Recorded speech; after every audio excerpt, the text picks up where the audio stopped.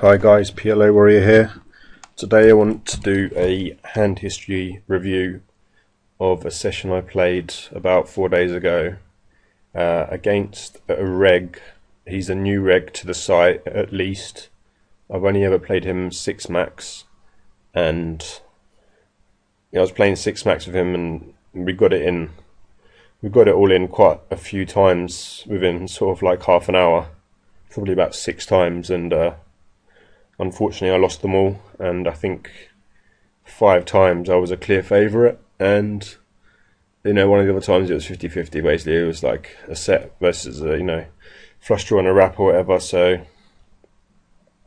I said, do you want to play heads up? And he agreed. So I enjoy playing with him.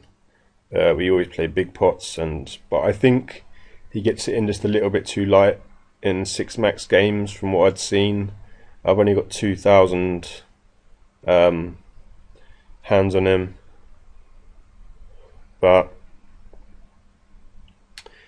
yeah, anyway, I figured we play heads up. So this is not the first hand in the actual session. I've only sort of got the biggish hands from what I can find on my database, although there are some missing for some reason. So you can see the time here is like 7 o'clock, so this is actually one of the last hands in the group, but I can't seem to get them to play in order, so I'm just going to play anyway. As you can see, we both started with $100, so we both got $250 each roughly, so we've obviously been taking a few buy-ins off each other, and I played him 2 tables at once. So very standard open, obviously, double suited kings.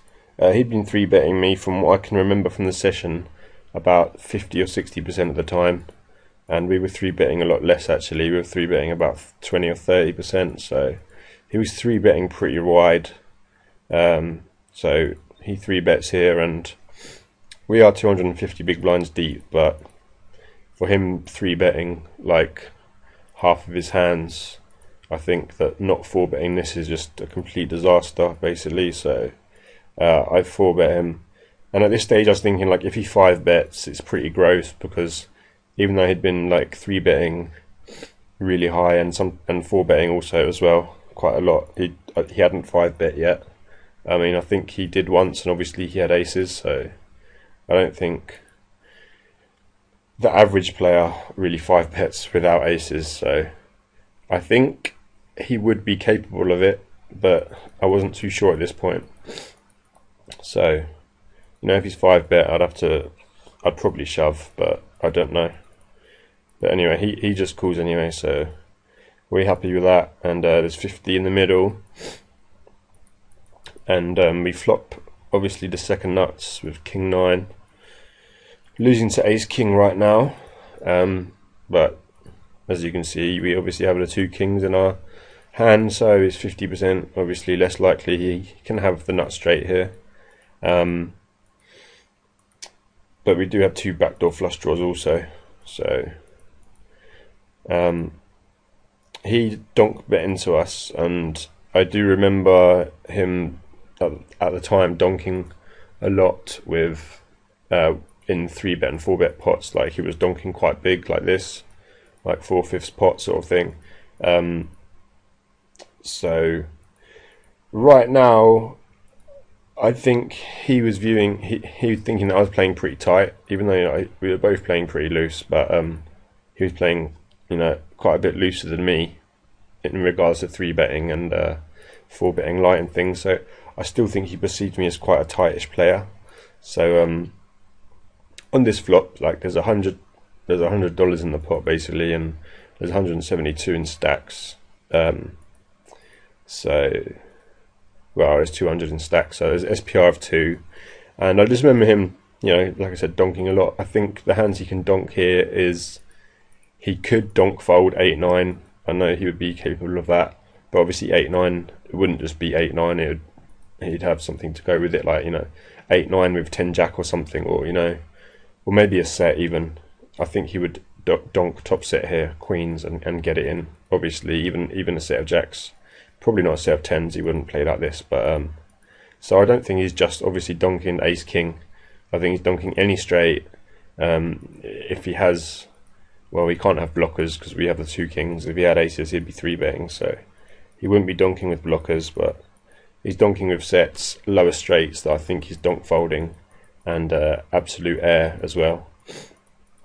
But I just felt like it was more he had a hand than complete air anyway.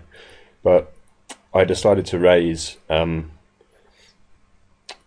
because I think I think most of the time he put me on aces when I 4-bet.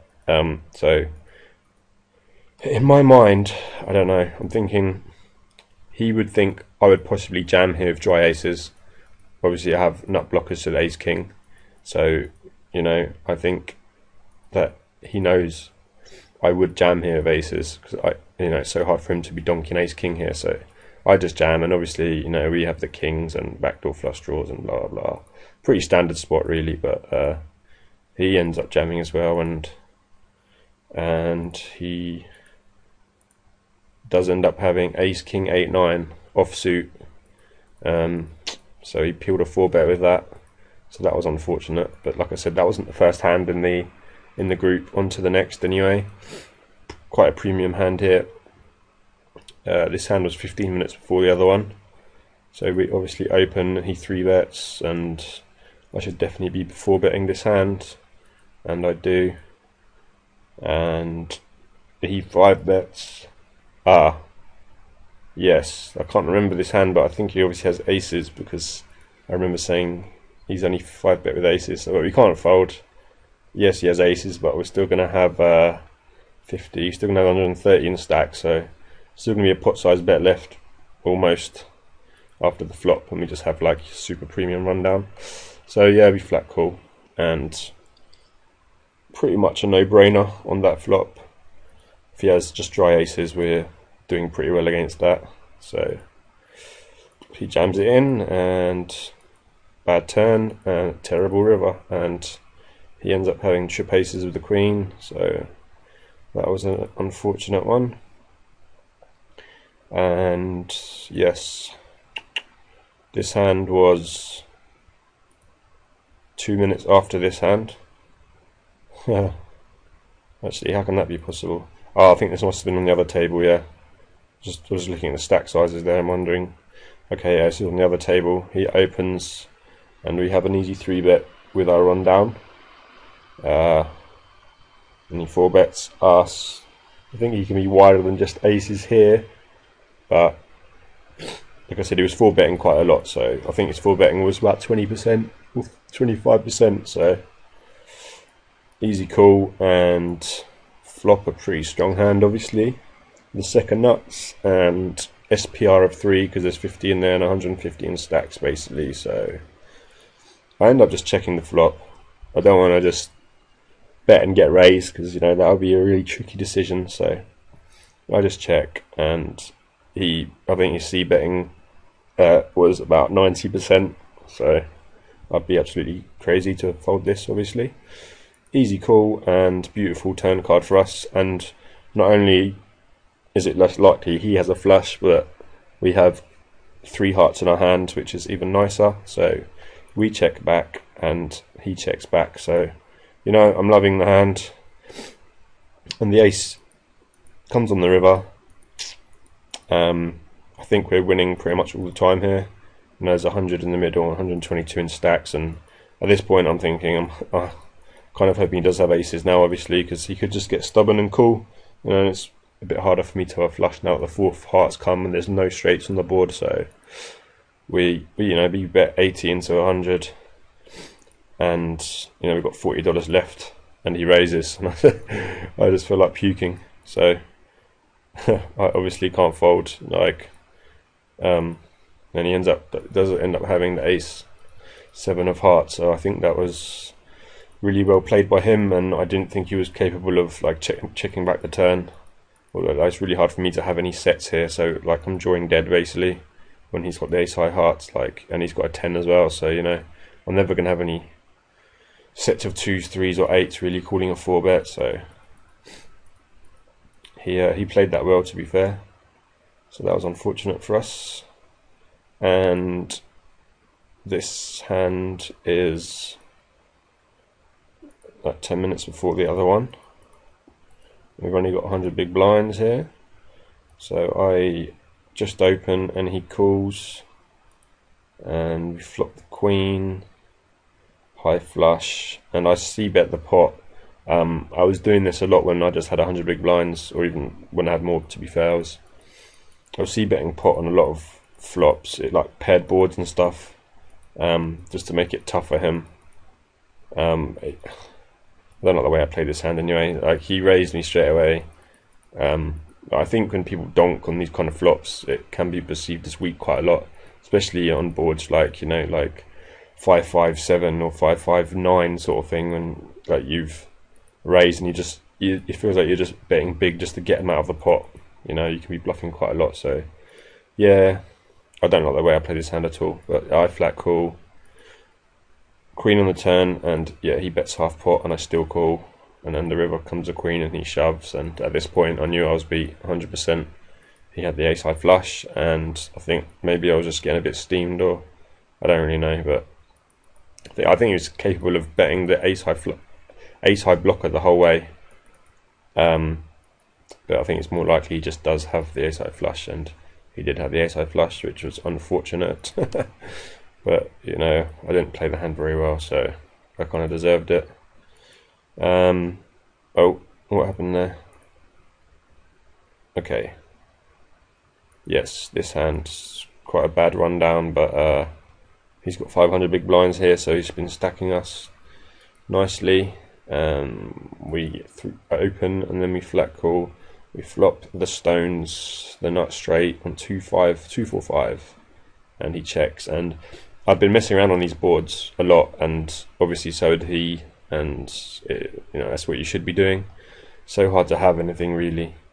I mean, it's only a single raised pot, so it's not impossible. But in 3-bet pots, we were always messing around on these kind of boards and getting it in light. So he checks after he I know this is a 3-bet pot, isn't it? Yeah, I don't know what I'm talking about. So yeah, he checks, and I would bet here like 100% of the time. Although when he checks here, I think, you know, I didn't think he was ever check folding. Basically, I thought, you know, he has some showdown value, like, even if it's an overpair, like even a pair of 8s or something. I think he is the player that would rather just bet that and fold than, you know, start check calling. So I knew that I was never getting a fold here, so I could have even gone a little bit bigger, like 15 or something, because I knew he was never folding to this bet.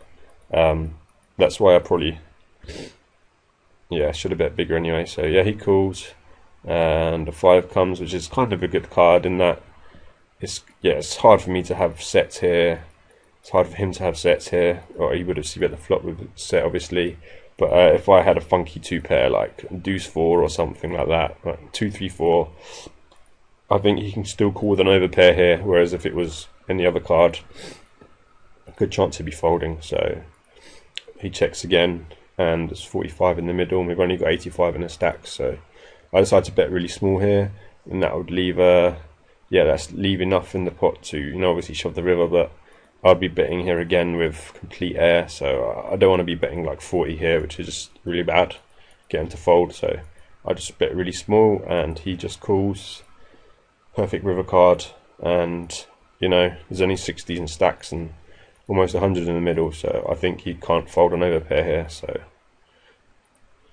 yep, he checks, I jam, and he did have the queen, so it was a fortunate run out for me. But you know, it was about time that he started winning the pot. He opens on the button, and we decided to 3-bet this hand, which I think is fine. There's nothing wrong with that at all. I think he was 4-betting quite a lot, so I don't know if I love it, but yeah, it's fine. And second pair with the nut flush draw and some backdoor draws going on. I think I would like a check raise here. I'm guessing I just c-bet, yeah, and he flat calls.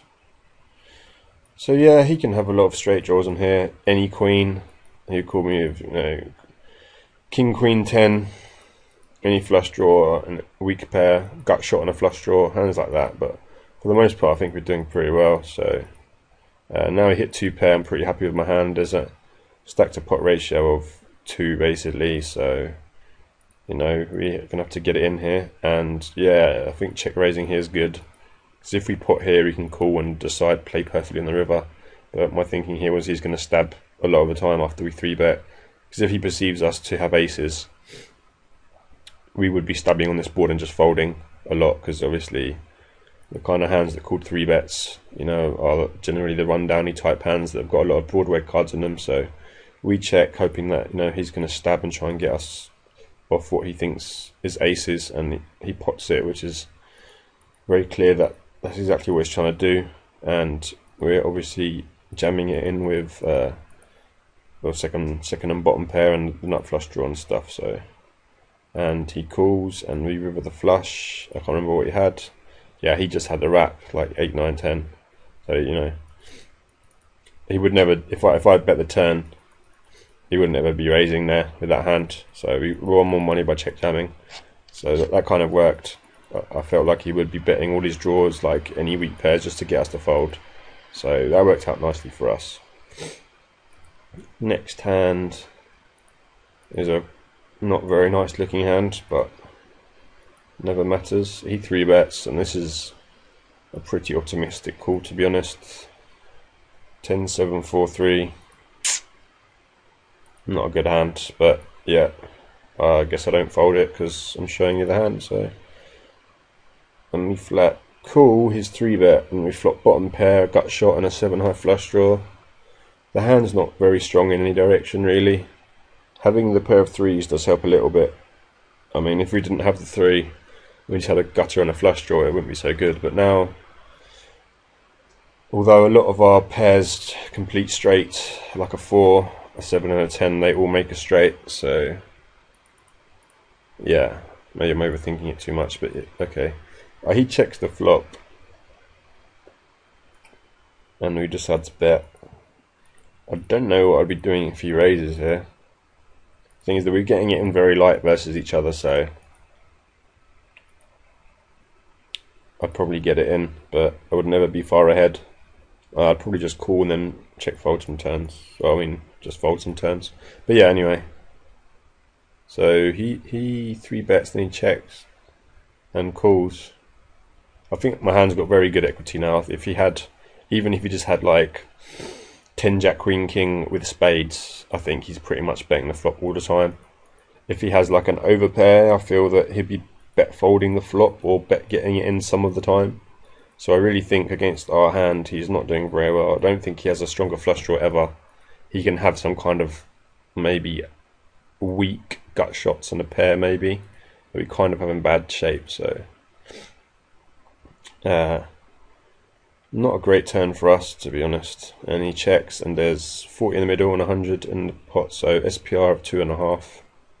And we check back, which I think is probably a good play. Yeah, we don't want to be betting and getting it in with bottom pair now. So I like my check back, to be fair. And we make the flush on the river. He bets 30, and I think he never has a stronger flush here, but I can't really raise because I don't think he calls it much worse. Although I remember in this session there had been a few times where I had sort of bet the river with straights on flush boards, and he had called. So yeah, I'm just guessing we call. Oh, we do shove. Okay, I do like that actually. Only because I don't know if this is before that or after that, but I think there was one hand before this which is not in this group where it wasn't a big pot, but you know, he called on the he called with a straight. So I guess my thinking here was, yeah, he does have the 5, 7, 8 sort of thing. Not 5, 7, 8 maybe, he'd probably be betting the flop with that, but 7, 8, 4 something, just like a gut shot and maybe a pair. So I can get value from some things. So I raise, and oh, I've got a straight flush. Oh my god, I'm so embarrassed. I didn't see that I had the straight flush. Oh god. Yeah, so we have a straight flush, and he has the queen high flush. My whole thinking was very wrong. Yeah, he checked the flop because he didn't have no. He just had the queen high flush draw with absolutely nothing else, or a gutter, I suppose. 3, 4, 5, 6, 7. Straight flush. Okay, on to the next hand. Try and forget about that one. Oh dear. It's late. Forgive me. So this guy opens and we 3-bet. I love this hand. I mean, it just looks so pretty. Yeah, so he calls and we flop. Tray pair. 3 pair. And we bet big. I don't mind getting it in now. It's not going to be, like, I'm never going to be in massive, like, you know, really good shape. We do have 200 big blinds. But we can turn a club as well. And even if we turn like a jack of clubs or an ace of clubs, it's not a complete disaster because obviously we have, you know, picked up a gut shot and we have a flush draw. So without the clubs, maybe I'll do some different sizing, but that's fine. He flat calls and turn the stones. Well, obviously you can't have pocket kings. You can, but that would be unlucky.